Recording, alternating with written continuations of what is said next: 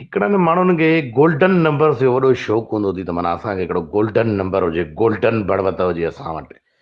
पोइ छा कंदई, यूफोन ऑफिस वेंदई, कमु उहो ई आहे ॿिन्ही सिमनि जो।